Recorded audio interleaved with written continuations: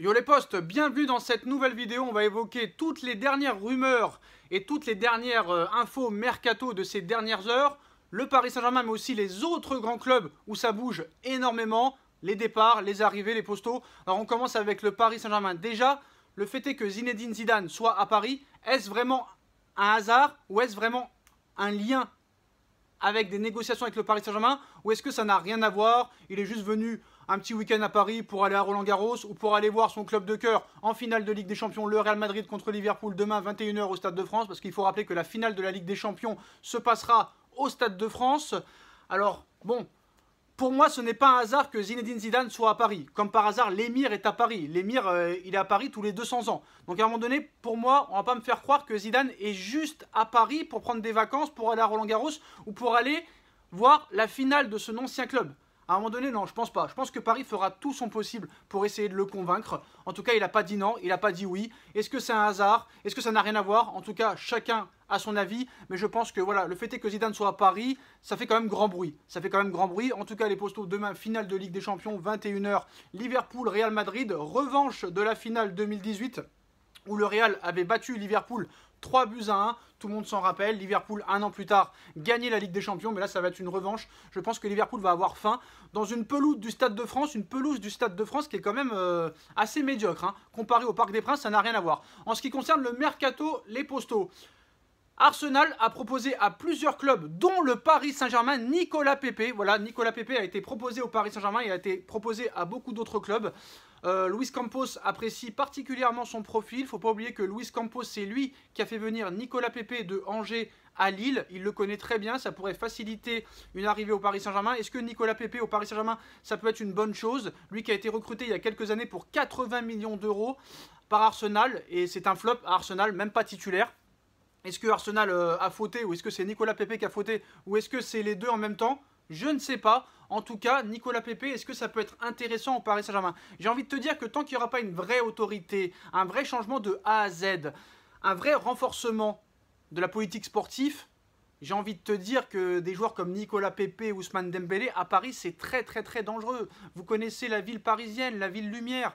Les soirées mondaines, ce n'est pas bon. Et tant que ces dirigeants-là n'arriveront pas à gérer ces stars, ce genre de joueurs-là, ça peut être problématique. Tout le monde ne peut pas être aussi professionnel que Kylian Mbappé, Cristiano Ronaldo, Lionel Messi. Alors moi, quand je vois le Nicolas Pepe du dernier France-Côte d'Ivoire il y a quelques mois, j'ai envie de te dire oui, tous les jours, je le prends. Excusez-moi.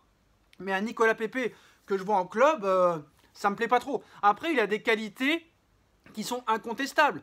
Et j'ai envie de te dire, Nicolas Pepe, ça peut pas être pire que Neymar sur les 3 dernières années, ça peut pas être pire que Julian Draxler, ça peut pas être pire que Mauro Icardi, vous voyez ce que je veux dire? Non, moi je pense que par exemple la priorité du Paris Saint-Germain en attaque, avant de voir les Pepe ou les Ousmane Dembélé, même si je pense que Ousmane Dembélé, du côté du bord parisien, du bord qatari, ça reste une priorité devant Nicolas Pepe, mais un joueur comme Moïse Kean devrait revenir au Paris Saint-Germain.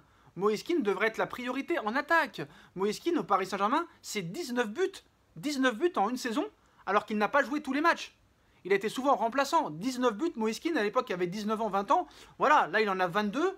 Moi, je pense que Moïse Kean, honnêtement, ça doit être la priorité en attaque, en plus peut-être d'un attaquant de classe mondiale. Voilà, moi, c'est mon avis. Moïse Kean doit être une priorité. Bah, en ce qui concerne les postos, les autres infos du côté du PSG, pas de nouveauté pour l'instant. Bon, Tchouaméni, ça reste aussi une priorité au milieu de terrain. Paris est prêt à faire une offre incroyable, plus de 85 millions d'euros. De Jong est suivi. Il y a beaucoup de joueurs qui sont suivis. Sergio Ramos et Keylor Navas devraient rester au Paris Saint-Germain. En tout cas, le Paris Saint-Germain veut les garder. Alors, c'est marrant. Écoutez bien, parce qu'on nous dit non, Zidane, ça n'a rien à voir. Zidane ne viendra jamais au Paris Saint-Germain.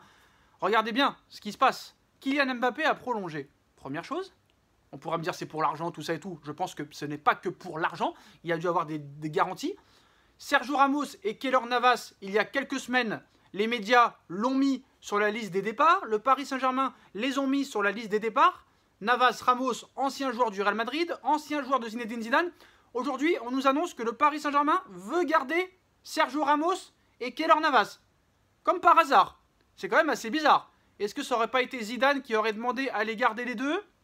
Cogitum, cogitum. Donc voilà, je pense que c'est pas un hasard non plus. Je pense que le feuilleton Zidane va continuer et le feuilleton Zidane, pour moi, est loin d'être terminé. En ce qui concerne les autres infos, mercato, les postos, il y a beaucoup à dire. Déjà, en ce qui concerne le finaliste de la Ligue des Champions de demain, et un des meilleurs joueurs de cette saison, de Liverpool, et qui est en lice pour gagner le Ballon d'Or avec Karim Benzema. Ça pourrait se jouer demain lors de cette finale.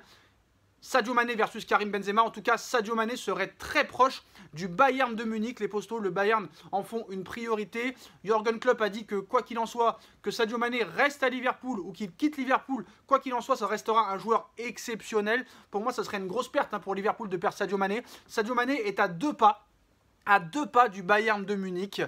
Sadio Mané aurait déjà exprimer ses envies de départ à Liverpool. Sadio Mané, plus qu'un an de contrat, hors de question pour Liverpool de le laisser partir pour 0 €. Et Sadio Mané pourrait être disponible à 30 millions d'euros. Le Bayern pourrait faire une affaire incroyable. Sadio Mané à 30 millions d'euros, je te le prends les yeux fermés. Mais comme vous le savez, vous allez me dire, mais Sacha, 30 millions d'euros Sadio Mané, avec les 4 dernières saisons qu'il nous a fait, pourquoi le PSG va pas dessus? Bah c'est très simple, c'est 30 millions pour le Bayern, c'est 60 pour le Paris Saint-Germain. Et oui, et maintenant, avec ce qui s'est passé dans le passé avec les Neymar et les Mbappé et la prolongation d'Mbappé avec des salaires exorbitants, des primes hallucinantes, pour le Paris Saint-Germain, ce sera toujours le double que pour les autres. C'est comme ça que ça marche maintenant. On va être réellement handicapé. C'est pour ça qu'il nous faut vraiment de très bons dirigeants qui sachent flairer les bons coups à petit prix. C'est comme ça qu'il faut faire maintenant.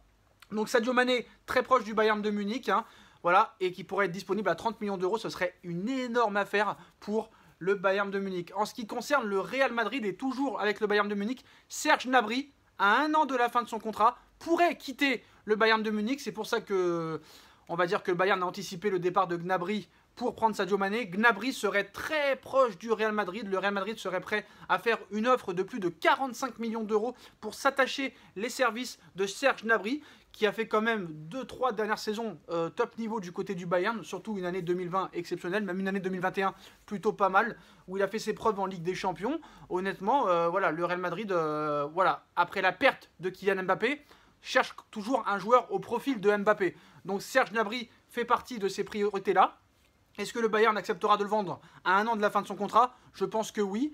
Si Sadio Mané arrive, il y a de grandes chances que Gnabry soit vendu au Real Madrid. En tout cas, le Real Madrid en ferait une priorité après l'arrivée imminente, même officielle on va dire, d'Antonio Rudiger qui va quitter Chelsea pour le Real Madrid, libre de tout contrat. Bonne recrue aussi pour le Real Madrid. Voilà, le Real Madrid, on va pas se mentir, est une institution. Il y a beaucoup de joueurs qui veulent jouer là-bas. Le PSG a réussi à retenir Kylian Mbappé. Est-ce que c'est un exploit? Je ne sais pas. En tout cas, le PSG ne doit pas faire l'erreur de l'année dernière. Maintenant, il faut penser football, football, football, football, football. Donc voilà les dernières infos mercato les postos, mais je pense qu'on est loin du feuilleton Zinedine Zidane qui va, je pense, ce week-end faire parler, parce que je pense que tous les médias vont essayer de parler à Zidane. Voilà les postos, dites-moi en commentaire ce que vous en pensez, on like, on partage, on commente, on s'abonne, et on se retrouve très vite pour une nouvelle vidéo. Tchuss.